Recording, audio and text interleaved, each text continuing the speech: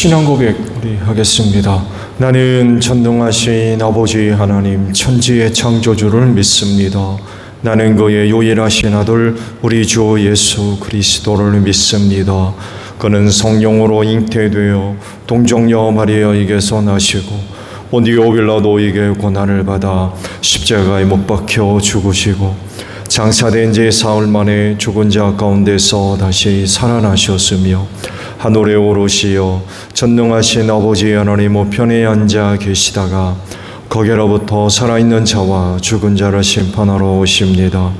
나는 성령을 믿으며 거룩한 공교회와 성도의 교제와 죄를 용서받는 것과 몸의 부활과 영생을 믿습니다.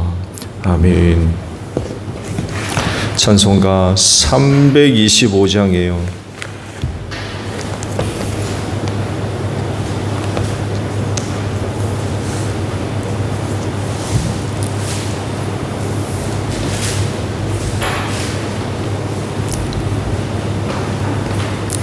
찬송가 325장입니다. 예수가 함께 계시니 시험이 허나 겁없네. 기쁨의 근원 되시는 예수를 위해 삽시다. 날마다 주를 섬기며 언제나 주를 기리고 그 사랑 안에 살면서 딴 길로 가지 맙시다. 이 세상 사는 동안에 주 이름 전파하면서 무한한 복락 주시는 예수를 위해 삽시다. 날마다 주를 섬기며 언제나 주를 기리고 그 사랑 안에 살면서 단 길로 가지 맙시다.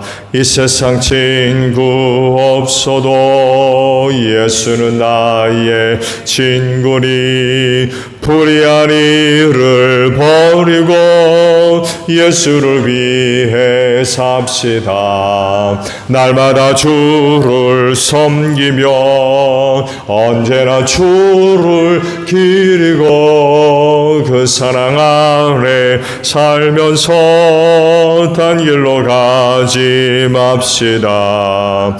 주께서 심판하실 때 잘했다 칭찬하리니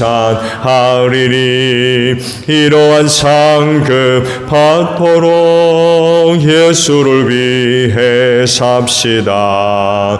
날마다 주를 섬기며 언제나 주를 기리고 그 사랑 안에 살면서 단 길로 가지 맙시다. 말씀을 봅니다. 열왕기하 8장의 말씀입니다. 7절에서 15절까지 봅니다. 열왕기하 8장 7절에서 15절이에요. 엘리사가 다마스코스에 갔을 때에 시리아 왕 베나닷은 병이 들어 있었는데 어떤 사람이 왕에게 하나님의 사람이 이곳에 와 있다는 소식을 전하였다. 왕이 하사엘에게 말하였다. 예물을 가지고 가서 하나님의 사람을 만나시오. 그리고 그에게 내가 이 병에서 회복될 수 있겠는지를 주님께 물어보도록 부탁을 드려주시오. 하사엘은 다마스코스에서 제일 좋은 온갖 예물을 낙타 40마리에 가득 싣고 몸소 이해를 갖추어 하나님의 사람을 만나러 갔다. 그리고 그의 앞에 서서 말하였다. 예언자님의 아들 같던 시리아 왕 베나닷이 나를 예언자님에게 보냈습니다. 왕은 자신이 이 병에서 회복되겠는가를 여쭈어 보라고 하였습니다. 엘리사가 그에게 말하였다. 가서 왕에게는 회복될 것이라고 말하시오. 그러나 주님께서는 그가 반드시 죽을 것이라고 내게 계시해 주셨소. 그런 다음에 하나님의 사람은 하사엘이 부끄러워 민망할 정도로 얼굴을 쳐다보다가 마침내 울음을 터뜨렸다. 그러자 하사엘이 예언자님 왜 우십니까? 하고 물었다. 엘리사는 다음과 같이 말하였다. 나는 그대가 이스라엘 자손에게 어떤 악한 일을 할지를 알기 때문이요. 그대는 이스라엘 자손의 요새에 불을 지를 것이고 젊은이들을 칼로 살해하며 어린 아이들을 메어쳐 죽일 것이고 임신한 여인의 배를 가를 것이요. 하사엘이 물었다. 그러나 걔보다 나을 것이 없는 나 같은 사람이 어떻게 그런 엄청난 일을 저지를 수 있겠습니까? 그러자 엘리사가 말하였다. 주님께서 그대가 시리아 왕이 될 것을 나에게 계시하여 주셨소. 그는 엘리사를 떠나서 왕에게로 돌아갔다. 베나닷 왕이 그에게 물었다. 엘리사가 그대에게 무엇이라고 말하였소? 그가 대답하였다. 엘리사는 왕께서 틀림없이 회복될 것이라고 말하였습니다. 그 다음 날 하사엘은 담요를 물에 적셔서 베나닷의 얼굴을 덮어 그를 죽였다. 하사엘이 베나닷의 뒤를 이어 시리아의 왕이 되었다. 아멘. 오늘은요 13절에 있는 말씀을 함께 보려고 합니다. 13절 상반절의 말씀이에요. 하사엘이 물었다. 그러나 걔보다 나을 것이 없는 나 같은 사람이 어떻게 그런 엄청난 일을 저지를 수 있겠습니까? 라는 말씀입니다. 인류의 모든 역사는 하나님께서 주관하시는 줄로 믿습니다. 하나님의 뜻을 이루어 가시는 데 있어서 모든 것을 주관하시고 또 섭리하시며 통치하시는 분이시죠. 그래서 예수님도 말씀하실 때에 이런 거 말씀을 하셨죠. 하늘을 나는 참새 한 마리도 그중 허락되지 않으면 한 마리도 땅에 떨어지지 않는다 라고까지 말씀을 하셨습니다. 미물에 불과한 참새 한 마리까지도 하나님께서 구체적으로 관여를 하시고 간섭을 하시고 또 주관하시며 이끌어 가십니다. 그렇기 때문에 요구되는 것이 그런 하나님을 섬겨야 하고요. 그리고 그런 하나님의 뜻과 계획이나 그 말씀에 순종하고 따르는 그런 그 모습들이 있어야 되겠죠. 왜? 그분이 모든 것을 주관하시기 때문에 그래요. 표면적으로 보게 되면 인간이 주관하는 것처럼 보이지만 절대로 그렇지가 않다는 것. 하나님께서 한 사람 한 사람 아주 구체적으로 하나님의 뜻을 이루기 위해서 통치하시고 주관하시며 섭리하시고 이끌어 가시기 때문에 그런 하나님을 섬겨야 되고 그분의 뜻을 따라야 되겠죠. 그게 선한 것입니다.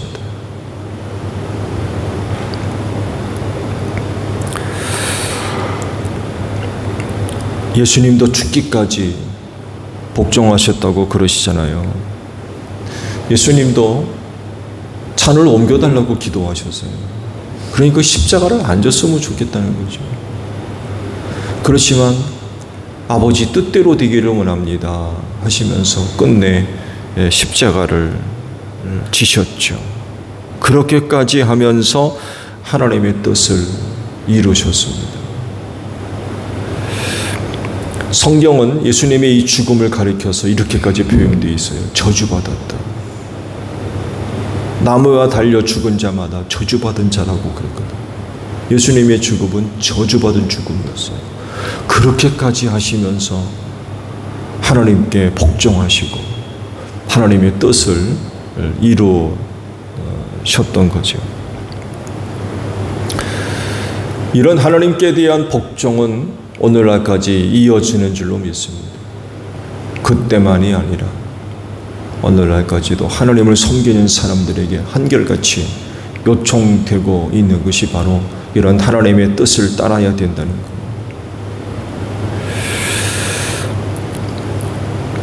그렇기 때문에 그리스도인은 하나님께 순종하는 삶을 통해서 그 뜻을 이루어야 됩니다. 오늘 주신 말씀을 보게 되면 시리아의 왕권이 뒤바뀝니다. 이스라엘만이 아니라 시리아의 왕권을 뒤바꾸는 일까지도 하나님께서 간섭을 하셨어요. 시리아의 왕 베나닷이 병들었을 때에 그가 죽고 새로운 왕권이 세워지게 될 것을 엘리사에게 일러주셨죠. 그리고 이것을 하사엘에게 알려줬습니다. 베나닷이 병들었는데 하나님의 사람이 근처에 와 있다는 걸 알고는 하사엘을 보냈죠. 어떻게 될 건지. 자기를 찾아온 하사엘에게 앞으로 어떤 일이 있을지 상세하게 일러 주게 되지요. 결국 하사엘이 베나닷을 죽이고 왕권을 차지합니다. 왕권 찬탈이죠. 근데 이 일이 하나님의 계획이라는 거, 하나님의 뜻이고, 이런 것까지도 하나님께서 관여를 하세요. 이스라엘만이 아니라 시리아라고 하는 하나님과 전혀 무관해 보이는 우상 섬기고 하나님 섬기지 않는 그런 나라에까지도 왕권을 바꾸는 그런 그 일에까지 하나님께서 관여를 하시는 거죠. 근데 문제는 다른 데 있어요. 그게 뭡니까? 그가 앞으로 무슨 짓을 할 건지까지도 일러줬다는 거. 말씀에 기록됐죠. 하사엘을 빤히 부끄러워 민망할까지 이렇게 쳐다봤다고 해요. 그리고는 울었다고 그러죠. 깜짝 놀라가지고 왜 우시냐고 그랬더니 앞으로 당신이 이스라엘 민족에게 무슨 짓을 해야 될지 그것 때문에 운다고, 그러면서 그가 앞으로 무슨 짓을 할지 상세하게 일러 주게 되었죠.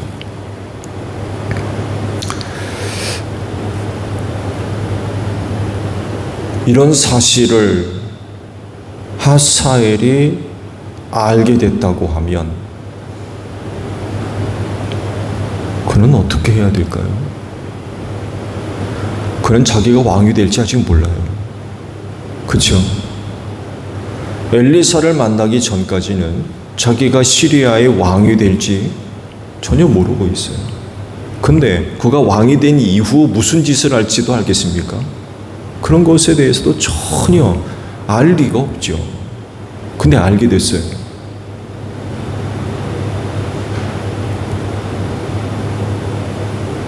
어떻게 하면 되겠습니까? 앞으로 무슨 일이 있을지 안다는 건 굉장히 놀라운 거 아닙니까? 여러분 1초 뒤의 일을 우리가 어떻게 합니까? 잠시 뒤의 일을 아는 사람 아무도 없어요. 그런데 엘리사를 통하여서 자기가 앞으로 무슨 일을 할지, 무슨 짓이죠. 악한 일이니까. 그런 것을 알게 됐다는 건 이건 굉장히 놀라운 일입니다. 그렇지 않아요? 그렇다고 그러면 앞으로 자기가 시리아의 왕이 된 이후 무슨 짓을 하게 될지 미리 알게 됐다면 그럼 어떻게 해야 될까요?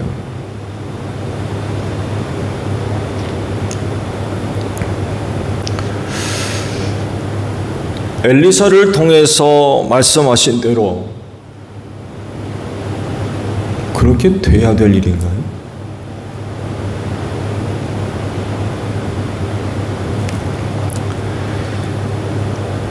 이스라엘이 섬기는 하나님이 자기가 시리아의 왕이 될 것을 알려주셔서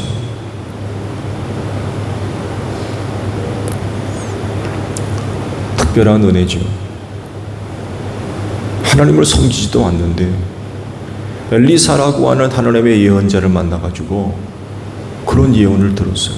이건 아무나 일상적인 일이 아니잖아요. 그건 정말 특별한 일입니다.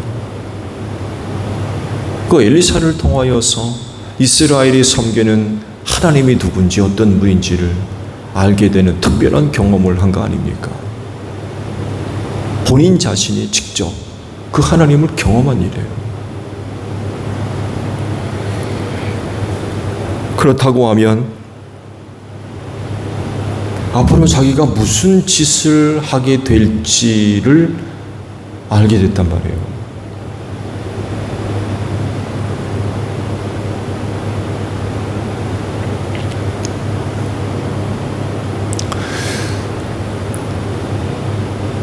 엘리사를 통하여서 그런 그 예언의 말씀을 들었다고 하면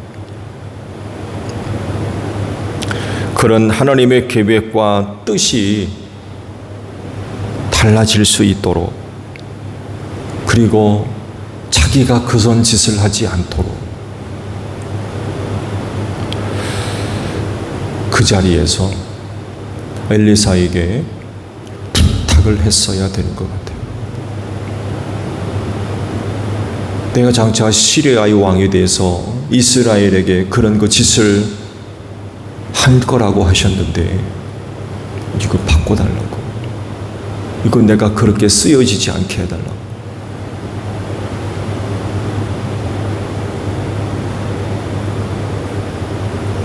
그 나쁜 짓이잖아요. 그 선한 일입니까?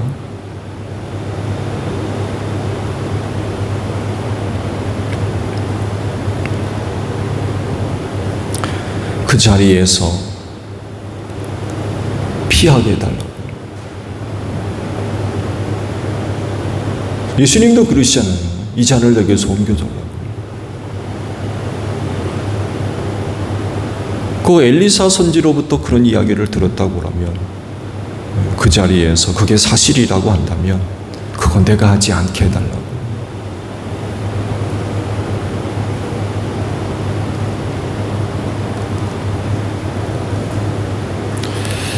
시리아의 왕이 될 것이라고 하면 다른 내용으로 은혜를 구해야 됐을 것 같아요. 내가 시리아 왕이 된다면 다른 일을 해달라고.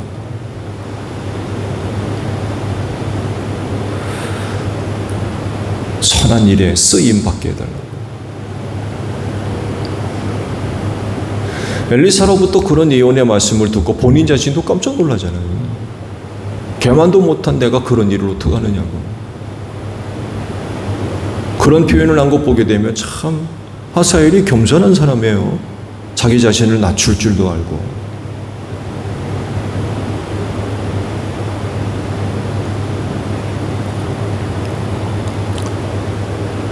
그런 일을 위해 쓰임받지 않도록 해달라고 엘리사에게 부탁을 했어야 되지 않을까. 근데 하지 않죠.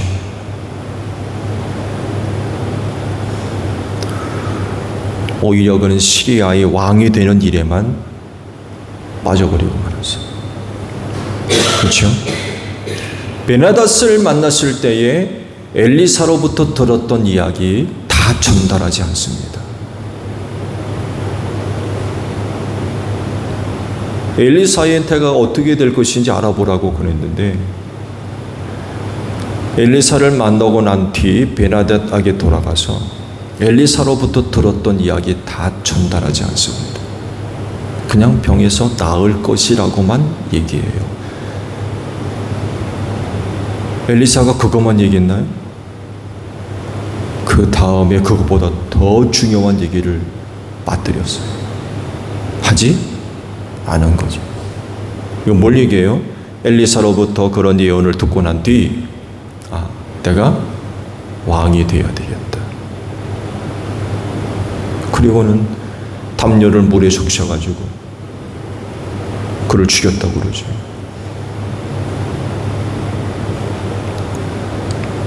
결국 하사엘은 시리아의 왕이 되었지만 선한 일에 쓰임받은 사람이 아니라 악한 일에 쓰임받는 그런 사람이 되고 말았습니다. 그리스도인으로서 오직 선한 일에 쓰임받는 여러분들이 되시기를 바랍니다. 하나님의 자녀 아닙니까? 하나님의 일꾼이고 구원받은 자로서 하나님의 선하신 뜻을 따라 언제나 선하게 쓰임받아야 되겠죠. 그렇진데 오늘 아침에도 하나님 앞에 나오셨는데 기도하십시오. 하나님의 선한 일을 위해 쓰임받게 되는. 그래서 하나님께 영광 돌리고 여러분 하나님의 뜻을 이루어 드린다고 하는 게 우리 그리스도인으로서는 얼마나 큰 영광입니까? 안타깝게도 우리가 이런 부분들을 생각해 본다면 예수님의 12제자 중에 가룟사람 유다를 생각해 보세요. 그 수많은 사람 가운데 사도로 뽑힌 12사람 가운데 하나예요. 예수 공동체 안에서 돈꾀를 맡고 있을 정도로 중요한 일을 맡고 있는 사람이었고, 근데 결국에는 예수를 팔고 예수를 십자가에 못 박아 죽이는 일에 그 주님이 그러잖아요. 차라리 태어나지 않았던 게 좋을 뻔했다. 그 가룟사람 유다를 볼 때마다 참 안타까운 마음이 큰 거죠. 얼마나 마음이 안타까웠으면 그런 말씀을 하셨겠어요.